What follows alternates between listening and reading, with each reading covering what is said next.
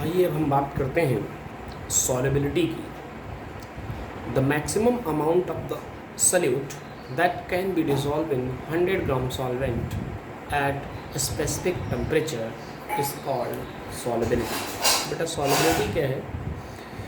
100 ग्राम किसी भी सॉल्वेंट में एक स्पेसिफिक टेम्परेचर पर सल्यूट का जितना अमाउंट डिज़ोल्व हो सकता है, जितना मैक्सिमम अमाउंट डिज़ोल्व हो सकता है, हम उसे क्या कहते हैं? सॉल्युबिलिटी कहते हैं। क्या कहते हैं बेटा? सॉल्युबिलिटी कहते हैं। तो मैंने यहाँ पर दिखाना चाहा कि 100 ग्राम आपके पास क्या है? वाटर है, मतलब सल्यूट है। आपने उसमें चीनी डिज़ोल्व करनी चाहिए, शुगर डिज़ोल्व करनी चाहिए। तो मैक्सिमम आपने कितनी डिज़ोल्व कर पाए आप? 20 ग्राम चीनी डिज़ोल्व हो गई, ठीक है ना, कम्प्लीटली। तो इसलिए 100 ग्राम वाटर की सॉल्युबिलिटी, शुगर की वाटर में सॉल्युबिलिटी, यूँ बोल सकते हैं कि शुगर की वाटर में सॉल्युबिलिटी क्या है? तो 20 ग्राम पर 100 ml या 100 ग्राम, 20 ग्राम पर 100 ग्राम वाटर, ठीक है।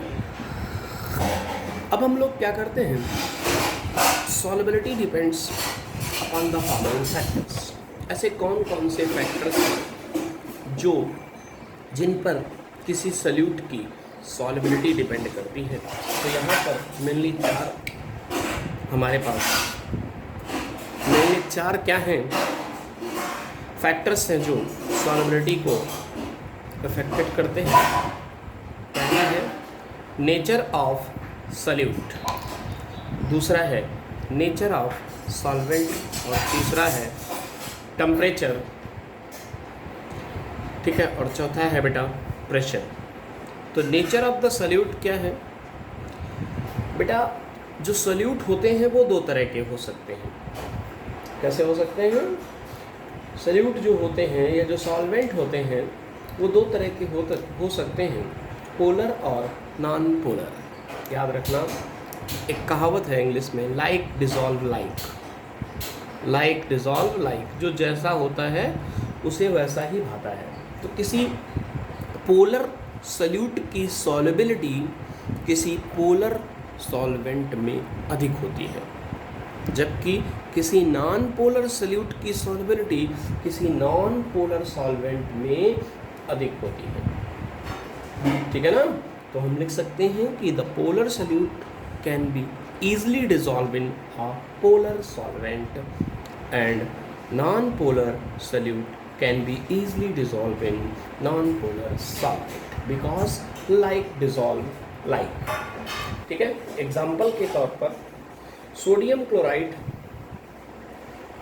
And other ionic compounds easily dissolve in the ionic solution, but it is also dissolve in the water because dielectric constant of water is very high।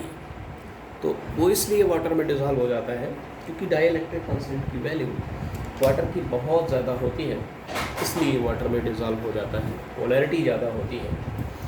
अब हम दूसरी बात करते हैं कि नेचर ऑफ द सल्यूट और नेचर ऑफ सॉल्वेंट ये हो गए। अब बात करते हैं द टेम्परेचर की। टेम्परेचर कैसे इफेक्टेड करता है? आपको बता दें सीधी सी बात कि अगर आप टेम्परेचर को इंक्रीज करेंगे, याद रखना, टेम्परेचर को इंक्रीज करेंगे तो आपकी सॉल्युबिलिटी क्या करेगी? सॉल्युबिलिटी भी इंक्रीज करेगी। टेम्परेचर इंक्रीज करने पर सॉल्युबिलिटी क्या करेगी? इंक्रीज करेगी। याद रखना, जैसे आपने कोई भी सब्सटेंस लिया और उसको सब्सटेंस को डिज़ोल्व किया इन सॉल्वेंट, इसमें डिज़ोल्व किया। सॉल्वेंट में जब आप डिज़ोल्व करते हैं तो उस समय सॉल्वेंट में डिज़ोल्व करने पर हीट क्या करती है, एनर्जी क्या करती है, इवॉल्व होती है, सॉरी एब्जॉर्ब होती है। क्या होती है? हीट एब्जॉर्ब होती है बेटा, और एब्जॉर्ब की जाती है। जबकि हमारे पास कुछ ऐसे भी एग्जांपल्स हैं जैसे calcium citrate, calcium sulphate, calcium hydroxide, जिनकी सॉल्युबिलिटी टेम्परेचर इंक्रीज करने से डिक्रीज करती है, बिकॉज these substance are कैसे होते हैं? ये एनर्जी को रिलीज करते हैं, एक्सोथर्मिक नेचर के होते हैं, because these substance are exothermic in nature. So इसी तरह से किसी गैस की सॉल्युबिलिटी टेम्परेचर बढ़ाने पर डिक्रीज करती है, ठीक है ना? तो याद रखना हमेशा कि टेम्परेचर जितना ज़्यादा होगा सॉल्युबिलिटी उतनी ही ज़्यादा होगी, है ना? नेक्स्ट बात हमने की है प्रेशर की। तो याद रखना कि किसी सॉल्यूट और सॉल्वेंट की सॉल्युबिलिटी पर प्रेशर का कोई इफेक्ट नहीं होता। किसी गैस की सॉल्युबिलिटी प्रेशर इंक्रीज करने पर इंक्रीज करती जाती है अकॉर्डिंग टू हेनरी लॉ, जिसे हम आगे भी पढ़ेंगे। एक और चाहे तो आप यहाँ पर एक्सप्लेन कर सकते हैं कॉमन आयन इफेक्ट। किसको? Common ion effect. इसके बारे में आपने पिछली क्लास में पढ़ा भी था। कॉमन आयन इफेक्ट क्या होते हैं? The solubility of weak electrolyte, definition सुन लीजिए। The solubility of the weak electrolyte decreases in the presence of common ion in a strong electrolyte। कहने का ये मतलब है कि सपोज दैट आपको एक एग्जांपल से हम इसे एक्सप्लेन करते हैं कि आपके पास दो चीज़ें हैं। क्या है? जैसे AgCl है और NaCl है। NaCl एक स्ट्रॉन्ग इलेक्ट्रोलाइट है, AgCl एक वीक इलेक्ट्रोलाइट है। क्या है? वीक इलेक्ट्रोलाइट, ठीक है।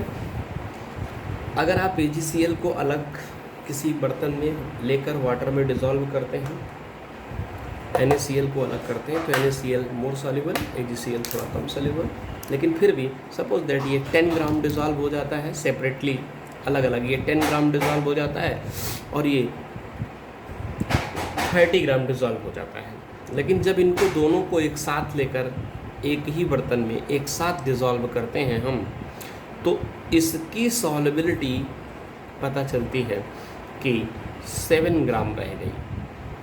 7 ग्राम ही सिर्फ क्या डिज़ोल्व हुआ? AgCl डिज़ोल्व हुआ। इसकी सॉल्युबिलिटी डिक्रीज कर गई। क्यों? क्योंकि इन दोनों में क्या कॉमन आयन था? Cl माइनस दोनों में कॉमन है, और दोनों में कॉमन आयन होने पर सॉल्युबिलिटी हमेशा उस इलेक्ट्रोलाइट की डिक्रीज करती है जो वीक इलेक्ट्रोलाइट होता है। और यहाँ पर वीक कौन है? AgCl, ठीक है ना?